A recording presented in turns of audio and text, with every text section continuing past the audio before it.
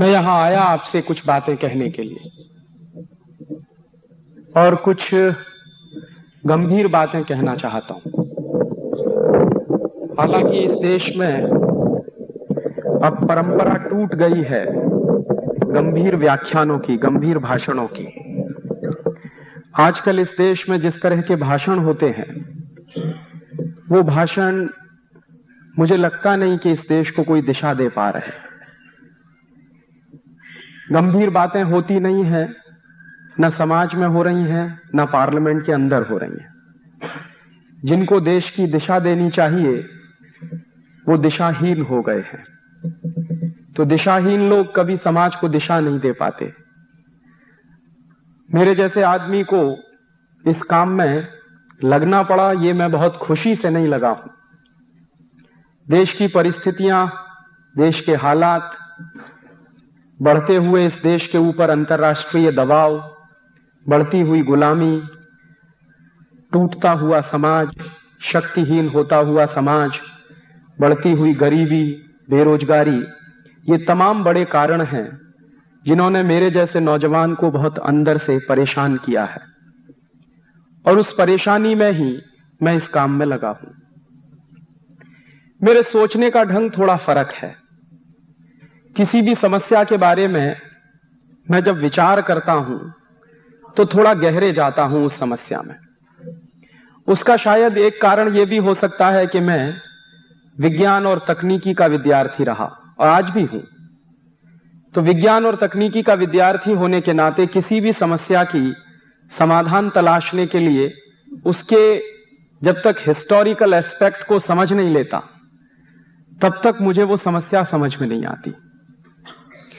इस देश में वर्तमान में जो परेशानियां हैं, उन परेशानियों को भी मैंने वैसे ही समझने की कोशिश की है। और इस देश की परेशानियों को समझने के लिए पिछले कुछ वर्षों में मैंने लगभग 20,000 से ज्यादा दस्तावेज इकट्ठे किए हैं। ये जो डॉक्यूमेंट्स मैंने इकट्ठे किए हैं, ये इंडिया ऑफिस लाइब्रेरी के डॉक्यूमेंट्स हैं, लंदन के। ब्रिटिश हाउस ऑफ कॉमन्स की लाइब्रेरी के डॉक्यूमेंट्स हैं। दुनिया के तमाम दूसरे देशों की लाइब्रेरीज और आर्काइव्स से निकाले गए डॉक्यूमेंट्स हैं। कुछ डॉक्यूमेंट हिंदुस्तान की आर्काइव्स से निकाले हैं मैंने, और उनके आधार पर जो मेरी समझ बनी है वही आपसे शेयर करने आया हूं।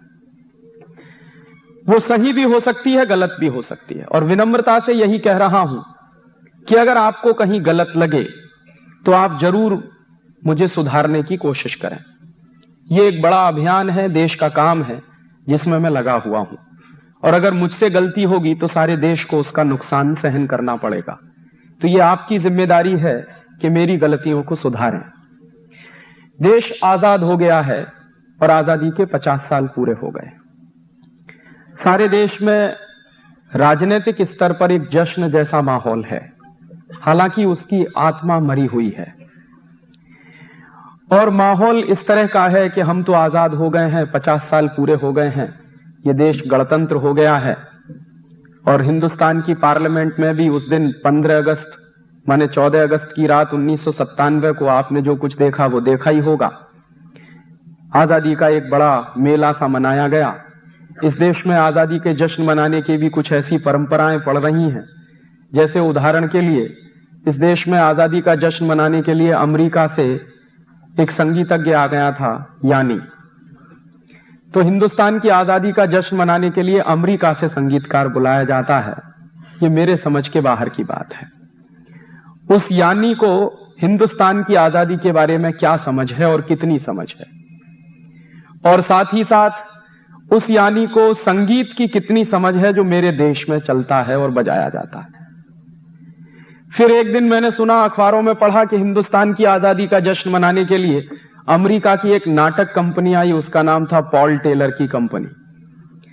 तो पॉल टेलर की कंपनी हिंदुस्तान के 10-12 शहरों में नाटक करती थी, और पॉल टेलर जो है उस नाटक के माध्यम से दिखाने की कोशिश करते थे, लेकिन उनको मालूम नहीं था कि झांसी की रानी लक्ष्मीबाई कौन थी और उसने क्या क्या किया था। वो कोशिश करते थे हिंदुस्तान की आजादी का इतिहास बताते, लेकिन उसी दृष्टि से कोशिश करते थे जैसे अमेरिका वाले हिंदुस्तान को देखते हैं, भारत को देखते हैं।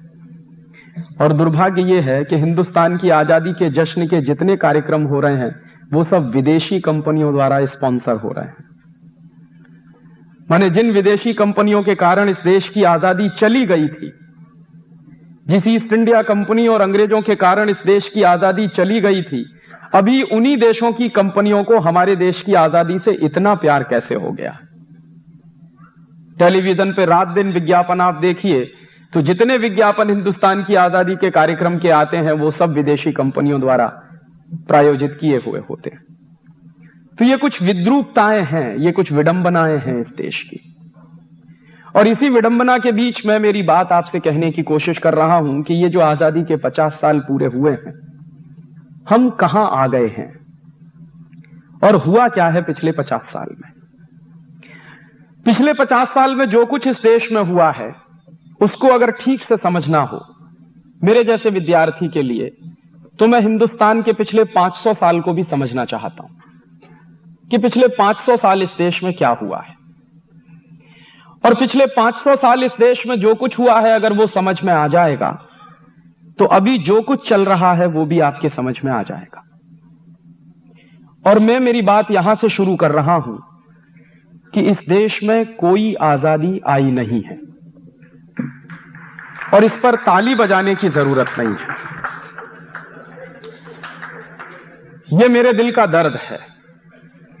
इस देश में कोई आजादी आई नहीं है। यह देश अभी भी उतना ही गुलाम है जितना कि अंग्रेजों के जमाने में था। और कई बार मैं इस बात को एक कदम आगे जाके कहता हूं कि यह देश इस समय अंग्रेजों के जमाने से ज्यादा गुलाम है। देश की व्यवस्थाएं अंग्रेजों के जमाने से ज्यादा गुलाम है। तो प्लानिंग के 3 चरण निर्धारित किए गए हैं। पहला चरण यह है, सबसे पहले हिंदुस्तान की अर्थव्यवस्था को खलास किया जाए। और जो बात चल रही है ब्रिटिश हाउस ऑफ कॉमन्स में, वो बात यह चल रही है कि इंडियन इकोनॉमिक सिस्टम को कॉलेप्स करा दिया जाए। और इंडियन इकोनॉमिक सिस्टम जब कॉलेप्स हो जाएगा तो हिंदुस्तान के व्यापारी, हिंदुस्तान के उद्योगपति, हिंदुस्तान के पूंजीपति सब खलास हो जाएंगे। और ये व्यापारी, पूंजीपति और उद्योगपति अगर खलास हो जाएंगे हिंदुस्तान में तो हमारी ईस्ट इंडिया कंपनी का माल हिंदुस्तान के गांव-गांव में बिकने लगेगा। और इस डिबेट को चलाते हुए विल्बरफोर्स कह क्या रहा है, एक मजेदार बात आज आप देख रहे हैं जो चल रहा है उसका कंपैरिजन मैं कर रहा हूं। विल्बरफोर्स कह रहा है कि हमको हिंदुस्तान में फ्री ट्रेड करना है। तो एक एमपी पूछता है उससे, what do you mean by free trade? तो विल्बरफोर्स कह रहा है कि फ्री ट्रेड का माने ब्रिटिश गुड्स का हिंदुस्तान के गांव-गांव में बिकना, ब्रिटिश गुड्स का, ब्रिटेन के माल का हिंदुस्तान के बाजारों में भर जाना और ब्रिटिश के माल का, ब्रिटेन के माल का हिंदुस्तानी लोगों द्वारा ज्यादा से ज्यादा कंजम्पशन करना, उपभोग करना, यह है फ्री ट्रेड। इसके सेकंड पार्ट में एक बात और कह रहा है विल्बरफोर्स, फ्री ट्रेड की व्याख्या करते हुए सेकंड पार्ट में यह कह रहा है कि यह जो फ्री ट्रेड चलेगा इसमें एक चीज और होनी चाहिए कि हिंदुस्तान में बहुत अच्छा रॉ मटेरियल है जो इंग्लैंड में नहीं है। जैसे कॉटन का रॉ मटेरियल है, स्टील के ओर्स हैं इस देश में, आयरन ओर बहुत अच्छा है और भी तमाम तरह के रॉ मटेरियल हैं।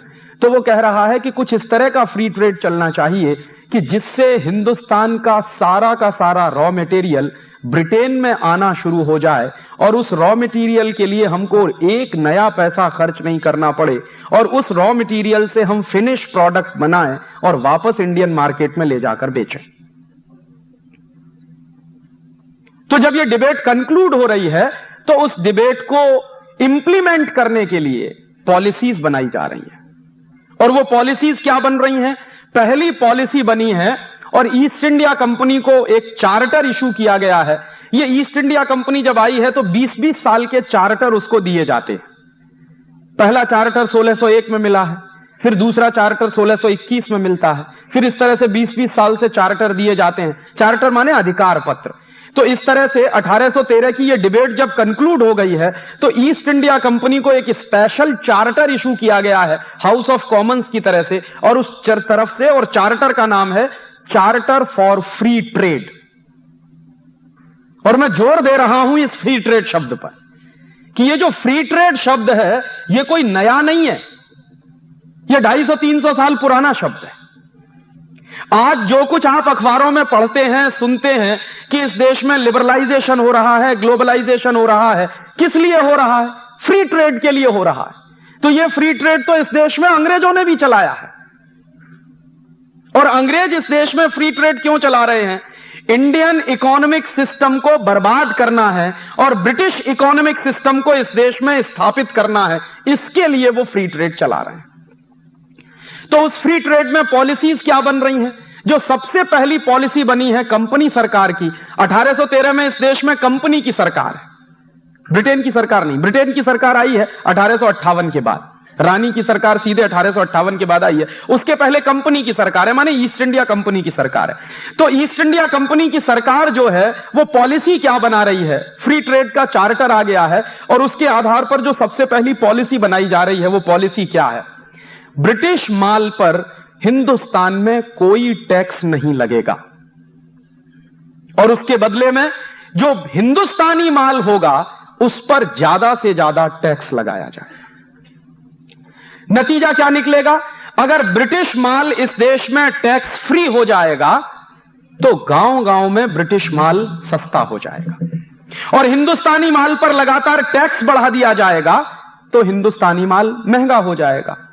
तो स्वदेशी माल महंगा हो जाएगा और विदेशी माल सस्ता हो जाएगा। इसके लिए पॉलिसी बनाई है कंपनी सरकार ने, जिसको कहा गया है चार्टर फॉर फ्री ट्रेड, और उसके तहत इस देश में अंग्रेज कुछ कानून बना रहे हैं। कानून क्या बना रहे हैं?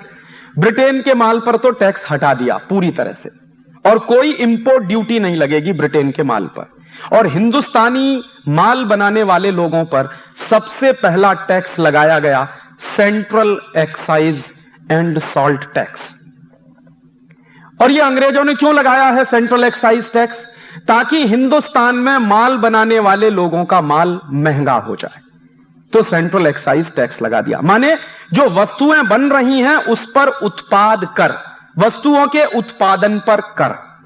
उसके बाद हिंदुस्तानी व्यापारी उन वस्तुओं को बाजार में बेच रहे हैं, तो कंपनी सरकार ने वस्तुओं के बाजार में बेचने पर भी कर लगाया है, जिसको अंग्रेजों ने कहा है सेल्स टैक्स। फिर तीसरा कर कि वस्तुओं के उत्पादन पर कर, वस्तुओं के बाजार में बिकने पर कर, और उन वस्तुओं के बिकने से जो आमदनी आ रही है उस पर भी टैक्स, और उसका नाम अंग्रेजों ने रखा है इनकम टैक्स। तो उत्पादन पे सेंट्रल एक्साइज, बिक्री पर सेल्स टैक्स, बिक्री से होने वाली आमदनी पर इनकम टैक्स। उसके बाद वस्तुओं का आवागमन जो है, ट्रांसपोर्टेशन जो है, उस पर अंग्रेजों ने एक टैक्स लगाया है जिसका नाम है ऑक्ट्रॉय टैक्स, चुंगी नाका। और उसके बाद एक आखिरी टैक्स और लगाया अंग्रेजों ने। अंग्रेजी सरकार क्या करती थी, कंपनी सरकार क्या करती थी कि कहीं कहीं पुल बनाती थी, तो पुल पर से माल लेके जब ट्रक गुजर रहा है तो आपको पुल का कर देना है, क्योंकि हमारी सड़क आप इस्तेमाल कर रहे हैं। तो उसको उन्होंने नाम दिया टोल टैक्स। तो कितने टैक्स लगा दिया अंग्रेजों ने?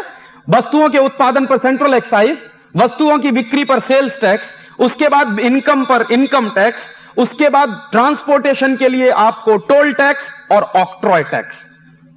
और ये पांचों टैक्स अंग्रेज लगा रहे हैं इस देश के उद्योगपतियों पर, ताकि इस देश के उद्योगपतियों का नाश किया जाए। और इसके बदले में जितना भी ब्रिटेन से माल आ रहा है इस देश में, उस पर से सारे टैक्स हटा लिए गए हैं, क्योंकि ब्रिटेन का माल इस देश के गांव गांव में उनको बेचना है। नतीजे क्या निकलते हैं? जब ये पांचों के पांचों टैक्स लग जाते हैं, और उस जमाने की बात कर रहा हूं, आज से लगभग 200 साल पहले की, 1844 1850 में, 150 साल पहले की। उस समय मैंने एक दिन हिसाब लगाया कि अंग्रेजी सरकार ने कुल कितना टैक्स लगा दिया हिंदुस्तान के व्यापारियों पर। तो पता चल रहा है कि हर 100 रुपए के व्यापार पर 127 रुपए का टैक्स है। और इस बात की गंभीरता को समझिए कि हर 100 रुपए के व्यापार पर 127 रुपए का टैक्स है। तो एक दिन हाउस ऑफ कॉमन्स में डिबेट चल रही है और एक एमपी कह रहा है कि हिंदुस्तान के व्यापारियों पर इतना टैक्स लगा दिया है, ये सब मर जाएंगे। तो दूसरा एमपी जवाब दे रहा है कि यही हमें करना है। एक दूसरा एमपी खड़ा हो जाता है तो वो कहता है कि दोनों हाथ में लड्डू हैं हमारे, या तो हिंदुस्तानी व्यापारी मर जाएंगे, माने 100 रुपए पर अगर 127 रुपए टैक्स देना पड़ जाए तो या तो वो आदमी मर जाएगा और या वो बेईमान हो जाएगा। और अगर वो बेईमान हो जाएगा तो भी हमारे गुलामी में आ जाएगा और बर्बाद हो जाएगा, तब तो हमारी गुलामी में आने ही वाला है। अब आप ध्यान करिए इन दो बातों को कि इस देश में टैक्सेशन का सिस्टम क्यों लाया जा रहा है, ताकि हिंदुस्तान के व्यापारियों को, पूंजीपतियों को, काम करने वालों को, उत्पादकों को बेईमान बनाया जाए या फिर उनको खलास कर दिया जाए। ईमानदारी से काम करें तो खलास हो जाए और बेईमानी से काम करें तो टैक्स की चोरी करें, और टैक्स की चोरी करें तो हमेशा ब्रिटिश सरकार के अधीन रहें, क्योंकि चोरी करने वाला आदमी कभी आंख में आंख डाल के बात नहीं कर सकता। और इसके लिए फिर उन्होंने डिपार्टमेंट्स बना दिए, income tax department, central excise department, toll tax वाला डिपार्टमेंट, सेल्स टैक्स वाला डिपार्टमेंट, ऑक्ट्रॉय वाला डिपार्टमेंट। और आपको मैं बताऊं कि ये पांचों के पांचों डिपार्टमेंट आज आजादी के 50 साल में भी चल रहे हैं। अंग्रेजों ने इन डिपार्टमेंट्स को बनाया था हिंदुस्तान के व्यापारियों का सत्यानाश करने के लिए। तो मुझे लगता था कि जब 1947 में इस देश में आजादी आई तो अंग्रेजों द्वारा बनाए गए ये पांचों डिपार्टमेंट्स बंद कर देने चाहिए थे, लेकिन वो आज भी चल रहे हैं। और उसी दौर की एक जानकारी और दूं कि अंग्रेजों ने सबसे पहले जब इनकम टैक्स लगाया तो उसकी रेट क्या है, कितना इनकम टैक्स देना पड़ता है। तो अंग्रेजों का जो सबसे पहला इनकम टैक्स का रेट है वो 97% का है। माने 100 रुपए की इनकम है तो 97 रुपए का टैक्स आपको देना पड़ेगा, माने सिर्फ 3 रुपया आपको मिलेगा। और आपको शायद ये मालूम होगा, कुछ बुजुर्ग यहां बैठे होंगे इस सभा में, आजादी के 1947 के बाद कम से कम 20-25 साल तक इनकम टैक्स इस देश में 97% लगता रहा है। आजादी के बाद की बात कर रहा हूं। 1970-72 तक 97% ही इनकम टैक्स लगता रहा इस देश में, जबकि आजादी आ गई थी 1947 में। तो मेरा सबसे पहला और गंभीर प्रश्न यह है कि जो टैक्सेशन का स्ट्रक्चर अंग्रेजों ने बनाया वही टैक्सेशन का स्ट्रक्चर इस समय देश में चल रहा है। अंग्रेजों ने क्यों बनाया? हिंदुस्तानी व्यापारियों को बर्बाद करने के लिए, और हिंदुस्तानी व्यापारी बर्बाद हुए। 1835-1840 में इस देश की क्या स्थिति है व्यापार के क्षेत्र में, उसका एक आंकड़ा है, और यह आंकड़ा statistics British house of Commons की डिबेट से मैंने निकाला। हाउस ऑफ कॉमन्स की डिबेट चल रही है तो एक एमपी कह रहा है कि हिंदुस्तान का व्यापार है कितना पूरी दुनिया में। तो एक सर्वे किया है, और वो सर्वे किया है कई यहां के रेवेन्यू ऑफिसर्स हैं जो ब्रिटेन की सरकार के यहां पर पोस्टेड हैं, और उनका एक हेड है, हेड ऑफिसर, जिसका नाम है विलियम एडम। तो विलियम एडम कई रेवेन्यू कलेक्शन के ऑफिसर्स को लगाता है सर्वे के काम में, पता लगाओ कि हिंदुस्तान का टोटल ट्रेड कितना। तो उसका आंकड़ा है 1835-1840 के आसपास, और ये 1850 तक भी चलता रहा है। 1850 के आसपास तक हमारा टोटल ट्रेड सारी दुनिया के ट्रेड का 1/3 है। माने पूरी दुनिया में अगर उस जमाने में $100 बिलियन का ट्रेड चल रहा हो तो $33 बिलियन का ट्रेड अकेले हिंदुस्तान का है।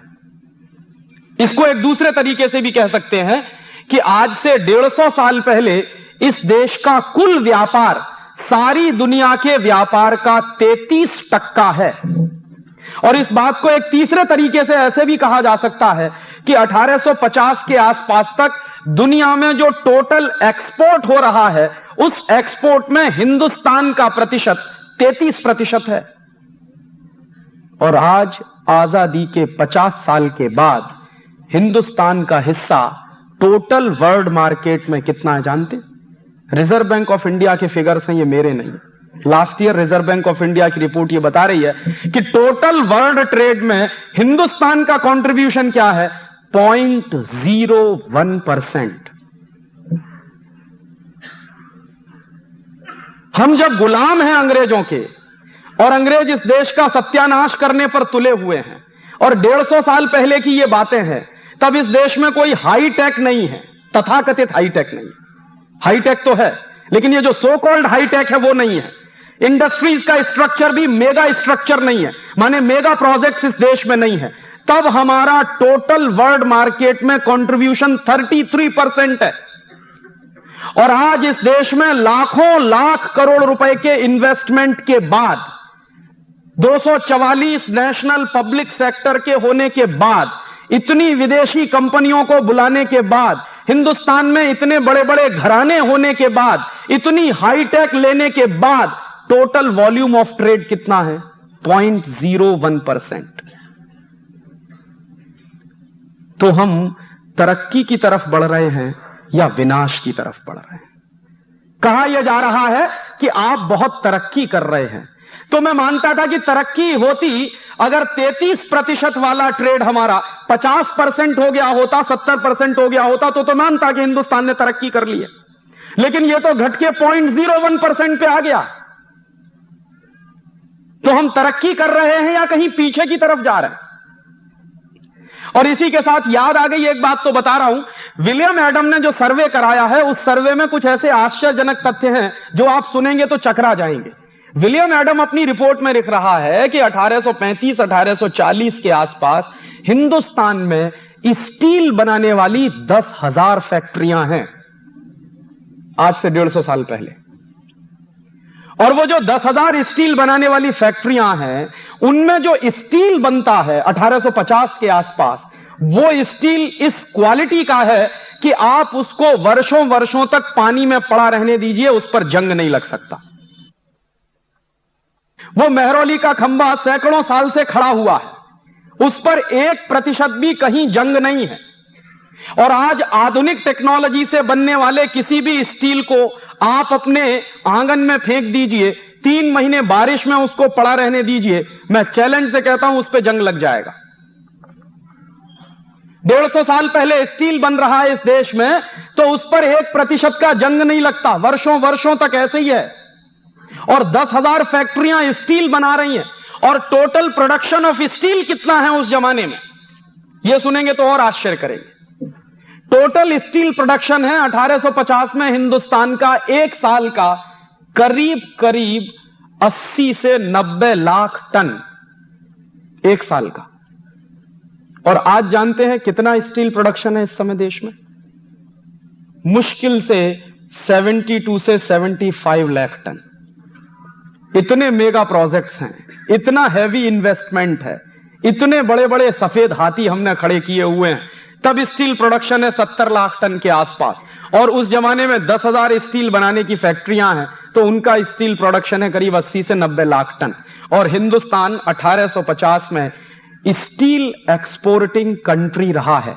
और ये दस्तावेज ब्रिटेन के पार्लियामेंट के हैं, जब एक एमपी कह रहा है कि ईस्ट इंडिया कंपनी के जितने जहाज बनाए गए हैं वो सब हिंदुस्तान के स्टील को इंपोर्ट करके बनाए गए हैं।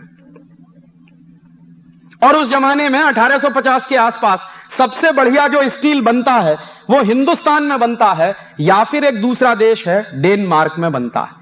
तो डेनिश स्टील जो माना जाता है वो इंडियन स्टील से उस जमाने में 19 है, और इंडियन स्टील डेनिश स्टील से 21 है। और अगर 10,000 स्टील बनाने के कारखाने हैं और इतना बड़ा स्टील के उत्पादन का तंत्र है, तो जरूर कोई ना कोई जबरदस्त हाईटेक रहा होगा इस देश में। ये एक अलग बात है कि हम उसको जानते नहीं, क्योंकि अंग्रेजों ने वो दस्तावेज नष्ट कर दिए। और उन्हीं अंग्रेजों के दस्तावेजों के कुछ दूसरे हिस्से हैं जिनके आधार पर पता चला है कि हिंदुस्तान में सबसे ज्यादा स्टील प्रोडक्शन होता था 1850 के आसपास सरगुजा में। सरगुजा मध्य प्रदेश का एक इलाका है। इस पूरे सरगुजा में स्टील बनाने के सबसे ज्यादा कारखाने रहे। और सरगुजा में स्टील बनाने के कारखाने क्यों रहे? तो ये बात सब जानते हैं कि सरगुजा में आयरन ओर सबसे ज्यादा है। मध्य प्रदेश का जो इलाका है सरगुजा, उसमें आयरन ओर सबसे ज्यादा है, इसलिए उस जमाने में सबसे ज्यादा स्टील बनाने के कारखाने हैं। और स्टील बनाने का काम कौन करते हैं वहां? तो जिनको आप ट्राइबल्स पीपुल कहते हैं, वो उस जमाने के सबसे बड़े स्टील प्रोड्यूसर लोग हैं, जिनको हम मानते हैं कि ये तो पढ़े लिखे नहीं है, क्योंकि इनके पास डिग्री नहीं है, क्योंकि इन्होंने बीटेक नहीं किया, क्योंकि इन्होंने एमटेक नहीं किया, क्योंकि इन्होंने पीएचडी नहीं किया। लेकिन सच्चाई यह है कि हिंदुस्तान के सबसे बड़े स्टील प्रोड्यूसर हैं वो। और अभी भी सरगुजा के इलाके में, मैंने तो मेरी आंखों से देखा है, आज भी आजादी के 50 साल बाद भी कुछ लोग बचे हैं जो स्टील बनाने की टेक्नोलॉजी जानते हैं। लेकिन दुर्भाग्य यह है कि वो टेक्नोलॉजी आगे तक पहुंच नहीं रही है। वो टेक्नोलॉजी खत्म कैसे हुई? अंग्रेजों ने ये हिंदुस्तान के स्टील बनाने वाले कारखाने बंद कराए। कैसे बंद हुए? अंग्रेजों ने एक कानून बना दिया। कानून क्या था कि पहले जो स्टील बनाने वाले ट्राइबल्स होते थे, वो जंगलों में से जो खानें होती थी, खदानें होती थी, उनमें से स्टील का रॉ मटेरियल ले आते थे और स्टील बनाते थे उससे। अंग्रेजों ने क्या किया कि एक कानून बना दिया कि कोई भी ट्राइबल खदानों में से और नहीं निकाल सकता, और बाकायदा इसको सख्ती से लागू करा दिया। और फिर उन्होंने यह घोषणा कर दी कि खदानों में से अगर और कोई निकालेगा ट्राइबल, तो उसको 40 कोड़े मारने की सजा, और उससे पर भी वो ना मरे तो उसको गोली मार दी जाए। इतना सख्ती से वो कानून इस देश में लागू हो गया। तो धीरे धीरे आदिवासियों के स्टील के ओर लेने पर पाबंदी लगा दी गई, और धीरे धीरे वो खत्म होते चले गए, और क्रम के काल में वो करीब करीब समाप्त हो गए हैं। और आपको जानकर ये आश्चर्य होगा कि ये कानून जो अंग्रेजों ने चलाया कि आदिवासी आयरन ओर नहीं ले सकते, वही कानून हिंदुस्तान में आज भी चल रहा है। और आज भी इस देश में जो टेक्नोलॉजी जानते हैं वो लोग आयरन ओर नहीं ले पाते। और उसके दूसरी तरफ क्या चल रहा है कि बड़ी बड़ी विदेशी कंपनियां उन आयरन ओर्स को खोद खोद कर ले जा रही हैं।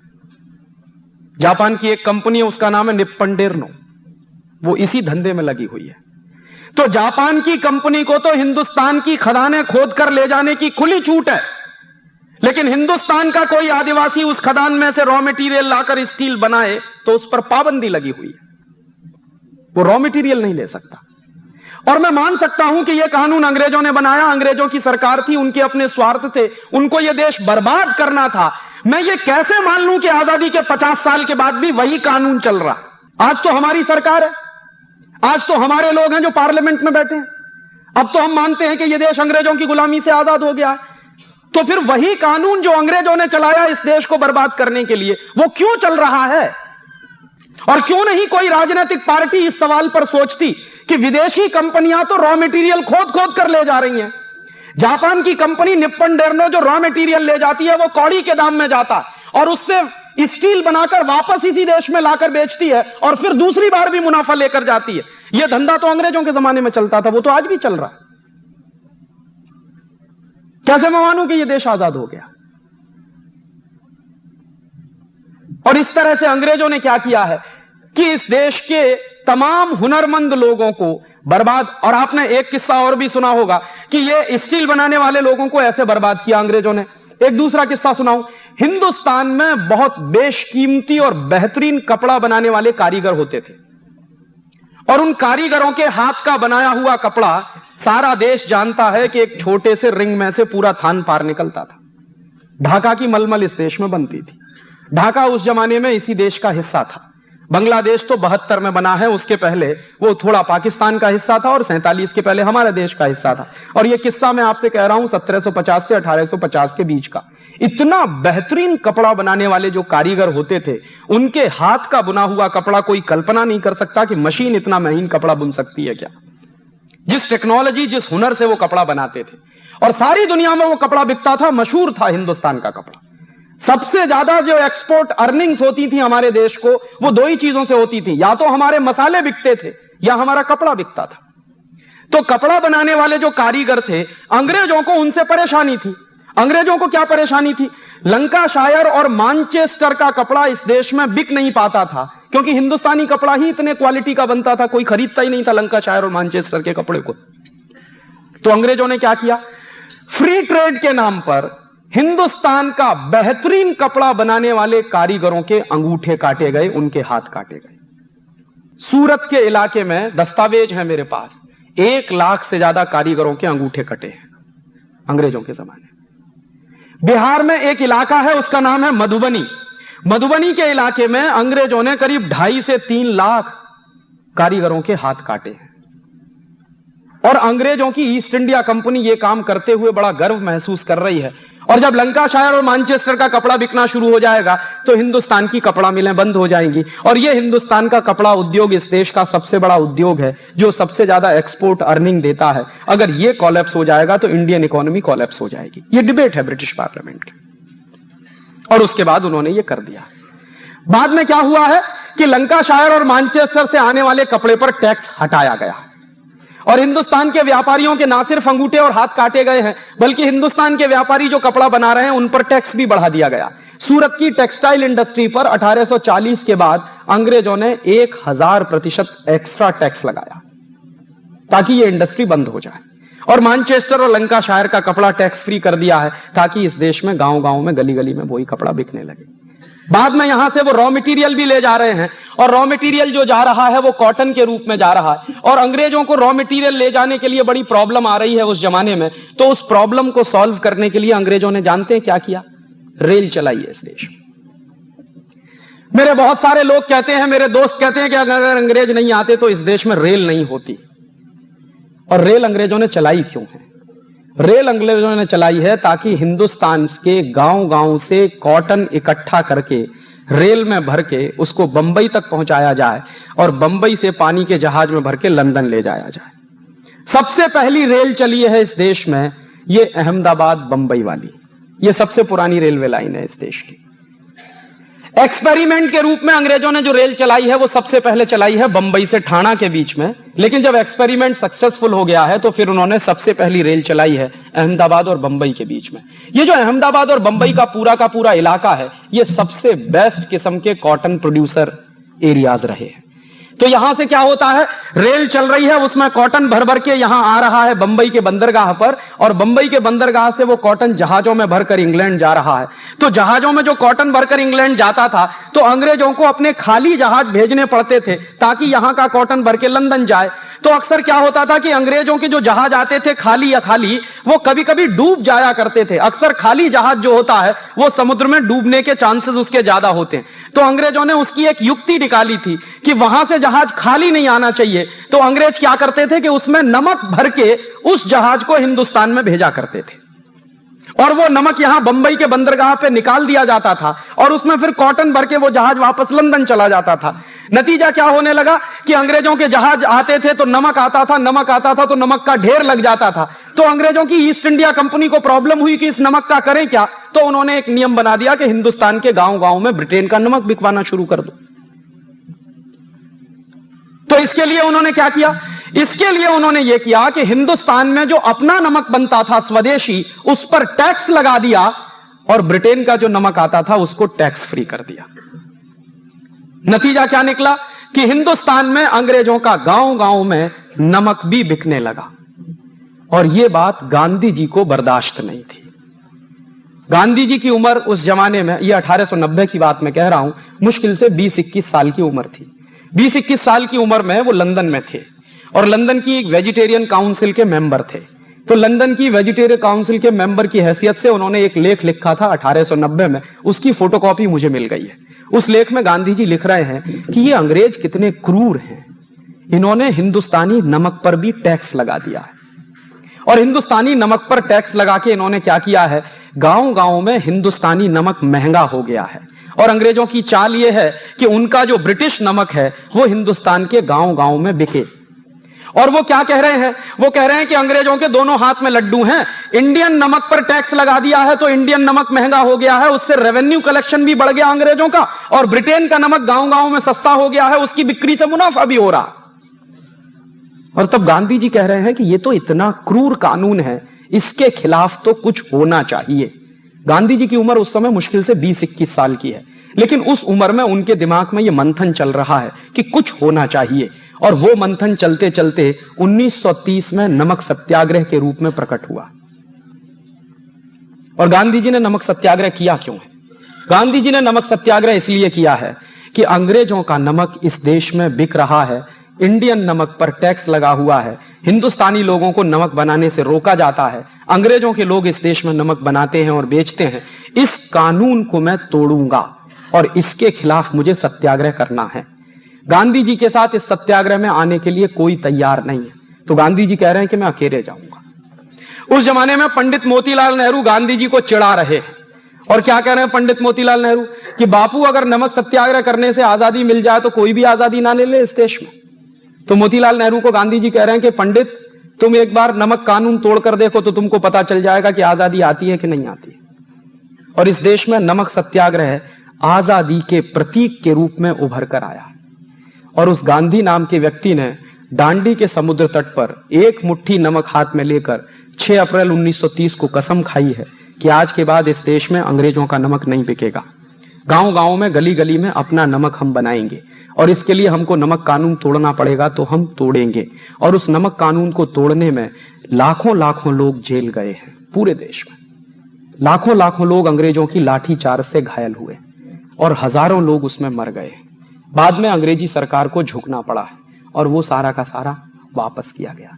लेकिन आज मैं आपको दुर्भाग्य से कहूं कि जिस गांधी ने सन 1930 में 6 अप्रैल को एक मुट्ठी नमक हाथ में लेके कसम खाई थी कि इस देश में आज के बाद विदेशी नमक नहीं बिकेगा, उस देश में आजादी के 50 साल के बाद और अन्नपूर्णा।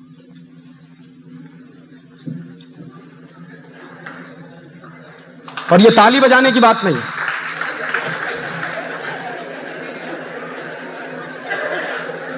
अगर आजादी के पहले अंग्रेजों की सरकार के जमाने में इस देश में अंग्रेजों का नमक बिकता था और उस पर टैक्स लगा के उसको महंगा कर दिया गया था, तो आज आजादी के 50 साल के बाद भी वही दृश्य इस देश में हम देख रहे हैं। और क्या दृश्य देख रहे हैं कि हिंदुस्तान की सरकारों ने विदेशी कंपनियों को नमक बनाने के लिए खुली छूट दे दी है।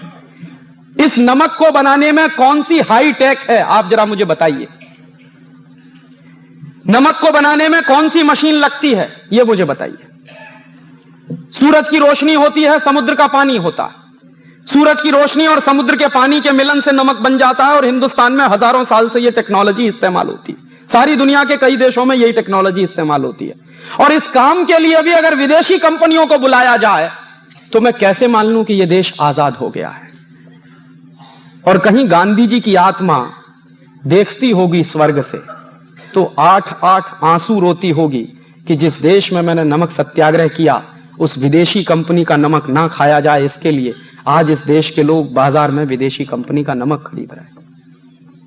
शायद हमको मालूम नहीं है हम कितना बड़ा नेशनल क्राइम कर रहे हैं जब ये काम हम कर रहे हैं।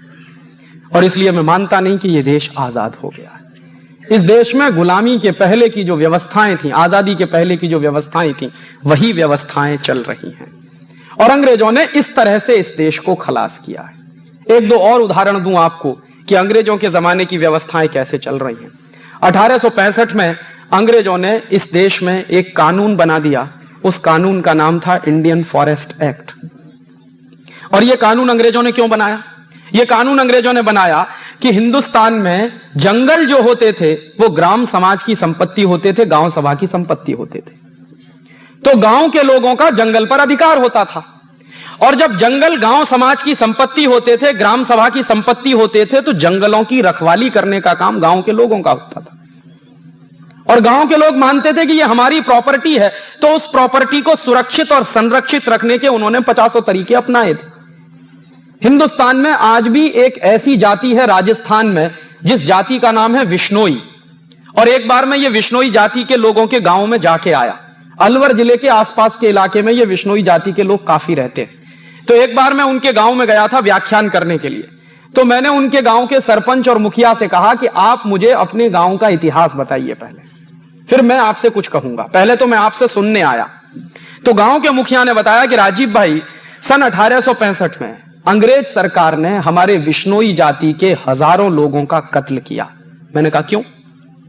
तो उन्होंने बताया कि उसका मतलब यह था कि अंग्रेजों ने एक कानून बनाया था। उस कानून का नाम था फॉरेस्ट एक्ट।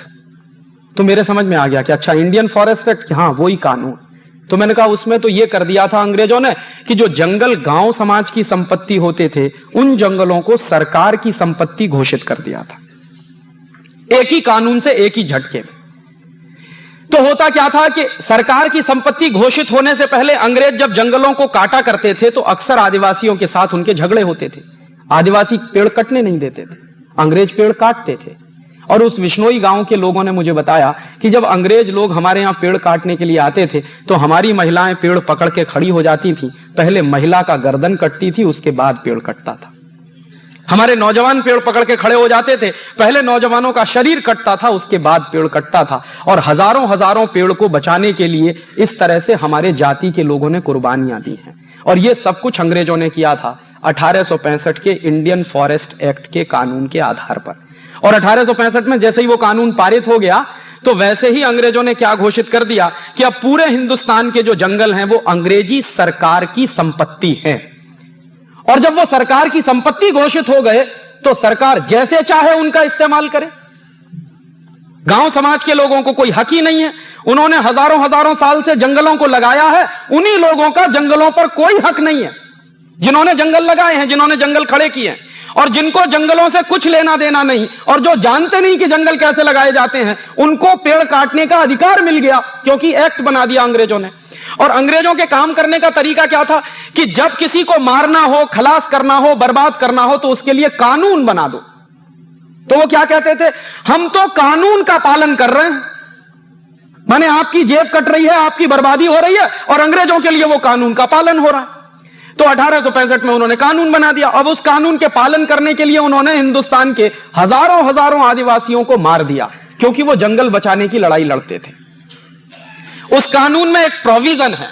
प्रोविजन क्या है? 1865 का जो इंडियन फॉरेस्ट एक्ट है वो ये कहता है कि कोई भी आदिवासी या कोई भी हिंदुस्तानी व्यक्ति जंगल के पेड़ नहीं काट सकता और जंगल से लकड़ी भी नहीं ला सकता, भले ही अपने निजी इस्तेमाल के लिए क्यों ना हो। उसके उल्टे तरफ अगर अंग्रेजी सरकार चाहे और अंग्रेजों के ठेकेदार चाहें तो करोड़ों पेड़ कट सकते हैं। तो अंग्रेजी सरकार को और अंग्रेजी ठेकेदारों को तो लाइसेंस मिल गया पेड़ काटने का, लेकिन हिंदुस्तान के लोग जो जंगलों में रहते थे अगर वो पेड़ काटकर लकड़ी ले आए अपना खाना बनाने के लिए तो उन पर पाबंदी लगा दी उन्होंने कानून से। और अगर कोई भी व्यक्ति जंगल से लकड़ी लाया है खाना बनाने के लिए तो उसको जेल हो जाएगी। और अंग्रेजों ने इसी काम के लिए एक पोस्ट बनाई जिसका नाम था डिस्ट्रिक्ट फॉरेस्ट ऑफिसर, DFO। और यह पोस्ट बनी 1865 में। और इस पोस्ट के आदमी का काम क्या था? यही कि कोई भी हिंदुस्तानी अगर जंगल से लकड़ी काट लाए तो उसको सजा दिलवाना, उसके ऊपर केस बनाना, उसको मारना, उसको पीटना। और दूसरी तरफ अंग्रेजों के ठेकेदार और उनकी कंपनियां पेड़ काटें तो उनको लाइसेंस जारी करना। तो 1865 में यह कानून अंग्रेजों ने बनाया। ठीक है, 1947 में अंग्रेज चले गए, लेकिन कानून अभी भी वही है। और आज भी इस देश में 1865 का वही इंडियन फॉरेस्ट एक्ट चल रहा है जो अंग्रेज बनाकर गए थे। और उसके प्रोविजन क्या है? उसका वो प्रोविजन जिसमें आप पेड़ नहीं काट सकते लेकिन अंग्रेजी सरकार और अंग्रेजों की कंपनियां पेड़ काट सकती हैं, वो प्रोविजन आज भी वैसे का वैसा ही है। अगर आपकी सोसाइटी में कोई पेड़ लगा हो और वो पेड़ आपकी सोसाइटी की दीवार गिराने वाला हो, आप उस पेड़ को काट नहीं सकते। और अगर आपने वो पेड़ काट दिया तो आपकी शिकायत कर दे कोई आदमी DFO से, तो आपके ऊपर केस चलेगा। ये कानून आज भी है। और दूसरी तरफ कुछ विदेशी कंपनियां हैं इस देश में जो हर साल करोड़ों करोड़ों पेड़ काटती हैं और इस देश का सत्यानाश कर रही हैं। उनको लाइसेंस मिला हुआ है।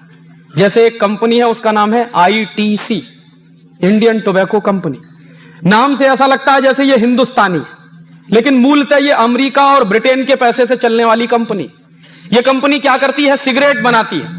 और एक साल में इस कंपनी के हिंदुस्तान में 90 अरब सिगरेट बनते हैं। और वो 90 अरब सिगरेट बनाने के लिए इस कंपनी को कागज की जरूरत होती है, क्योंकि सिगरेट की जो तंबाकू होती है वो तो खेतों में पैदा हो जाती है, लेकिन तंबाकू के ऊपर जो कागज लपेटा जाता है वो तो बनाना पड़ता है।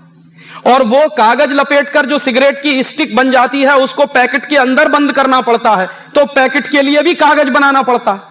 फिर उनकी एडवर्टाइजमेंट करनी पड़ती है कंपनी को, तो उसके लिए पोस्टर चाहिए, तो उसका भी कागज बनाना पड़ता है। तो यह company on an average 500 cigarette बनाने के लिए एक पेड़ काटती है, और हर साल यह कंपनी 1400 करोड़ पेड़ काट देती है। उसको लाइसेंस मिला हुआ है, आप अगर एक पेड़ काटें तो आपको जेल हो जाएगी। यह कानून किसका है? यह कानून अंग्रेजों के जमाने का। क्यों चल रहा है, इसका जवाब कौन देगा? 1947 में हम आजाद हो गए थे, यह कानून खत्म हो जाना चाहिए था, लेकिन क्यों चल रहा है अभी भी यह कानून, आजादी के 50 साल बाद तक? और अंग्रेजों ने जो जंगल गांव समाज की संपत्ति थे वो छीनकर सरकार की संपत्ति घोषित कर दिए। 1947 में जो सरकार आई थी उसको सबसे पहला काम यह करना चाहिए था कि जंगलों को वापस गांव समाज की संपत्ति घोषित करना चाहिए था, लेकिन वो तो नहीं हुआ आज तक। तो कैसे मैं मानूं कि यह देश आजाद हो गया? 1894 में अंग्रेजों ने एक कानून बनाया, उसका नाम था लैंड एक्विजिशन एक्ट। और यह लैंड एक्विजिशन एक्ट क्या था? गांव गांव के लोगों की जमीन हड़पने के लिए अंग्रेजों को एक कानून की जरूरत थी, क्योंकि अंग्रेजी पुलिस ऑफिसर जो होते थे वो गांव गांव में जाते थे, लोगों को मारते थे, पीटते थे, उनकी जमीन हड़प लेते थे। और ना सिर्फ जमीन हड़पते थे बल्कि हिंदुस्तान के बड़े बड़े राज्य भी लोग अंग्रेजों ने हड़प लिए थे। यहां के जो कई राजा थे उनकी स्टेट हड़प ली थी अंग्रेजों ने। और ऐसा एक किस्सा तो आप सबको मालूम होगा, झांसी की रानी लक्ष्मीबाई की स्टेट को अंग्रेजों ने हड़प लिया था। और झांसी की रानी लक्ष्मीबाई की स्टेट को जब अंग्रेजों ने हड़प लिया था तो उसी के लिए झांसी की रानी ने युद्ध किया था। बाद में झांसी की रानी की हत्या कराई थी, इसी देश के कुछ गद्दारों ने मिलकर झांसी की रानी को मरवाया था अंग्रेजों के साथ, उसको धोखे से। और वो गद्दार खानदान इस देश में अभी भी मौजूद है। तो झांसी की रानी की हत्या हुई थी। मामला क्या था कि स्टेट थी झांसी की, उसको हड़प लिया था। तो अंग्रेजों का एक ऑफिसर था, उसका नाम था डलहौजी।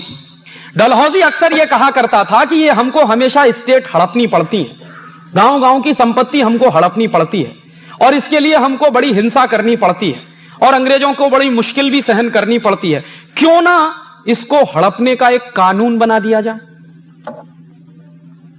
तो उन्होंने संपत्ति गांव की हड़पने का कानून बना दिया, जिसका नाम हो गया लैंड एक्विजिशन एक्ट।